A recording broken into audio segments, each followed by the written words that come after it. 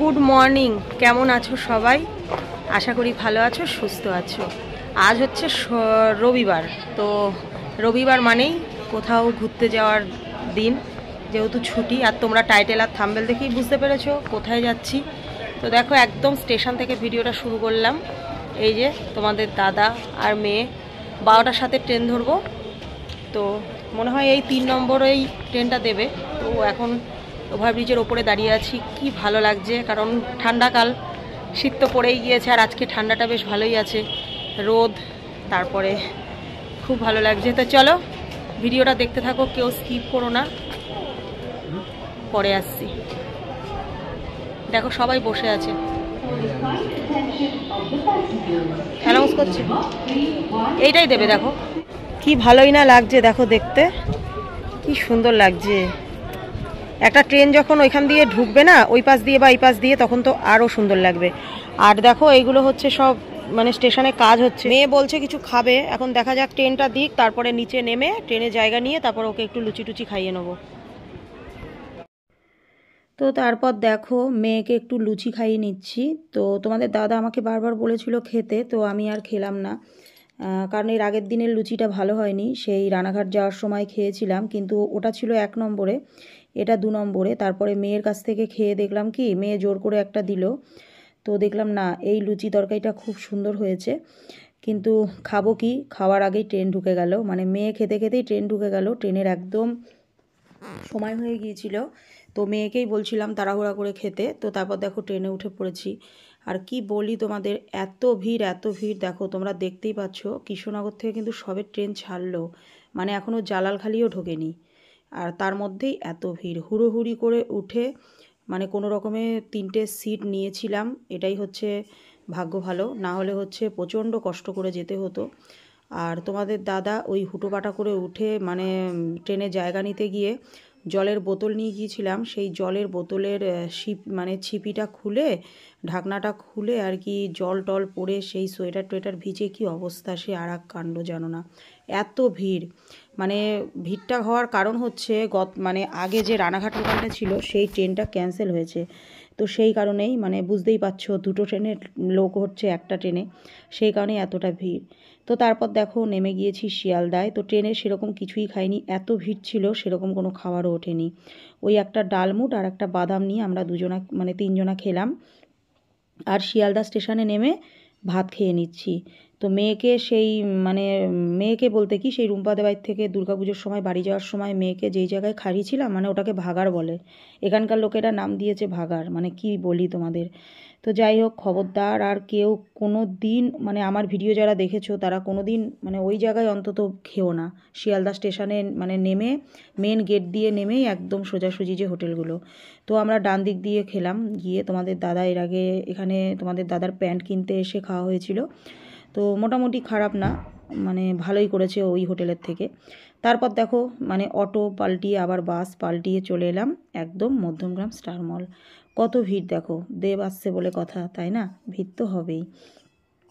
তো সময়ের অপেক্ষা, মানে কখন আসবে কখন আসবে, আসবে হচ্ছে 5টা, কিন্তু উঠলো হচ্ছে 7:30।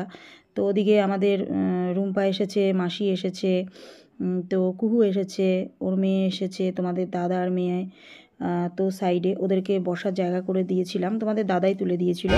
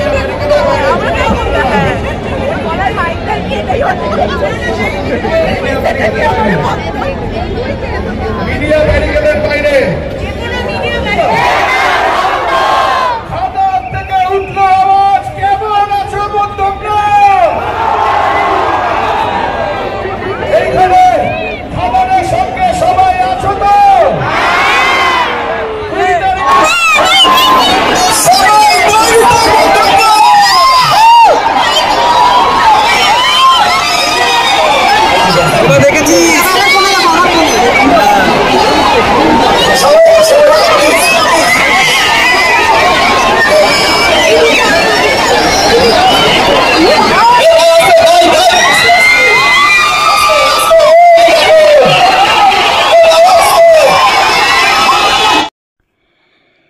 সেই বিকাল থেকে হয়ে গেল সন্ধে, তারপরে আসলো দেব।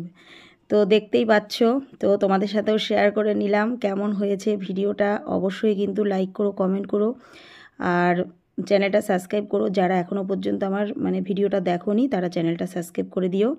তো এখন তো যেহেতু বইয়ের গান হচ্ছে, তো বইটা খাদান মুভি তোমরা সবাই দেখো, আমিও দেখব। 20 তারিখে রিলিজ হচ্ছে, তো সেই বইয়েরই গান হচ্ছে কিশোরী কিশোরী। ওই গানটাই দেবদা নাচ একটু অ্যাক্টিং দেখালো, খুব ভালো লাগছে। তো এরকম বিক্রমদার প্রোগ্রামও এসেছিলাম, তো যেটা আমরা ফিল্মে দেখি সেটা অরিজিনাল সামনে থেকে সত্যি গো অসাধারণ, খুব ভালো লেগেছে খুব। তো যাই হোক, তো অনুষ্ঠান শেষের দিকে তো এবার হচ্ছে দেখো প্রচণ্ড কি বলবো, খিদেও পেয়ে গেছে। তো কি খাবো এই স্টার মলের ভেতরে খাওয়ার তোমাদেরকে কি বলি, একটা চাউমিন একটা না, হাফ চাউমিন 450 টাকা থেকে শুরু। কি আর বলি, আমাদের পক্ষে খাওয়া সম্ভব নয়। তারপর হচ্ছে বাইরে আমরা একটু চাটা খেলাম, তো একটু চপটপ খেলাম, সেটা তোমাদের সাথে শেয়ার করিনি। তো ওরা ওদের মতন বাড়ি চলে গেল। তো আমরা এখন দেখো যাচ্ছি বালিঘাট, মিমির বাড়িতে। আমার একটা বান্ধবীর বাড়িতে যাচ্ছি, যে বান্ধবীটার বাড়িতে আমি চুল যখন ন্যানোপ্লাস্টিয়া করলাম তো গিয়েছিলাম, সেই বান্ধবীটার বাড়িতে। তো লাস্ট লোকাল পাইনি, 9টায় লাস্ট লোকাল ছেড়ে বেরিয়ে গেছে শিয়ালদা থেকে, কৃষ্ণনগরে 11:30টায় ঢোকে। তারপরে ট্রেন আছে 9 আপ, তো সেই ট্রেনে আর গিয়ে লাভ নেই। রাত্রি 2টোর সময় কৃষ্ণনগর ঢুকবে, তখন গাড়ি পাবো না ঠান্ডার মধ্যে। তো মিমিকে ফোন করেছিলাম, বলল কোনো দরকার নেই, তো চলে আয় আমার বাড়িতে। তারপর দেখো রাত হয়ে গেছে, কটা বাজে জানো, রাত্রি 10:30।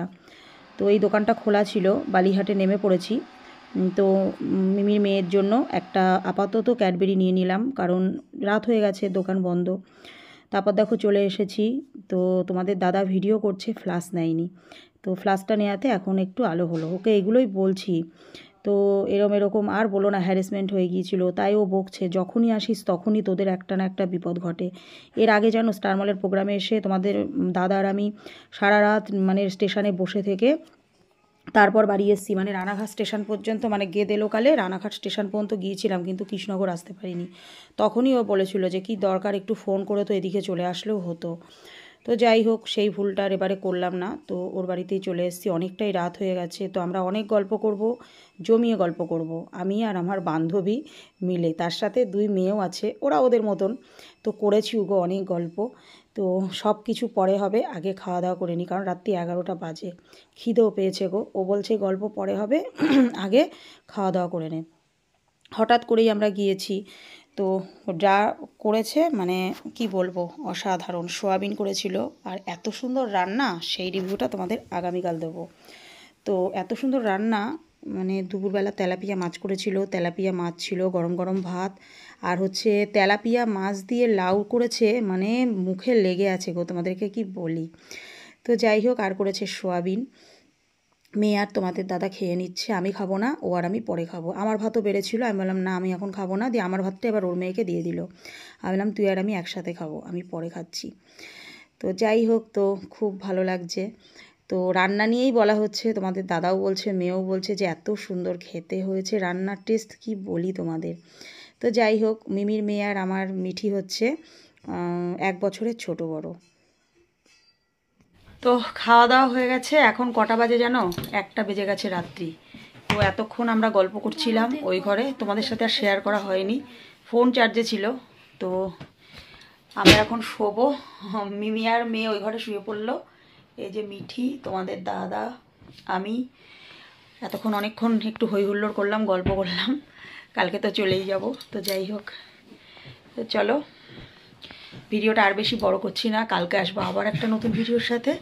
ততক্ষণ তোমরা সবাই ভালো থেকো, সুস্থ থেকো, সাবধানে থেকো। সবাইকে গুড নাইট, বা গুড নাইট দিয়ে দাও। Good night. আমার গলাটা এরকম লাগছে কেন, বা ওই স্টার মলে রুম্পা মাসির থেকে 2 ঢোক কোল্ড ড্রিঙ্কস খেয়ে না তো। আমি আইসক্রিম খেলাম। ও আইসক্রিম কোথায় খেলো? না না খাই। চলো, বলছো আইসক্রিম খেয়েছে, ও কোথায় আইসক্রিম খেয়েছে, পয়সা পেলি কোথায়, কে খাইয়েছে তোকে? চলো গুড নাইট সবাইকে, বা গুড নাইট দিয়ে দিয়েছো তখন? Good night.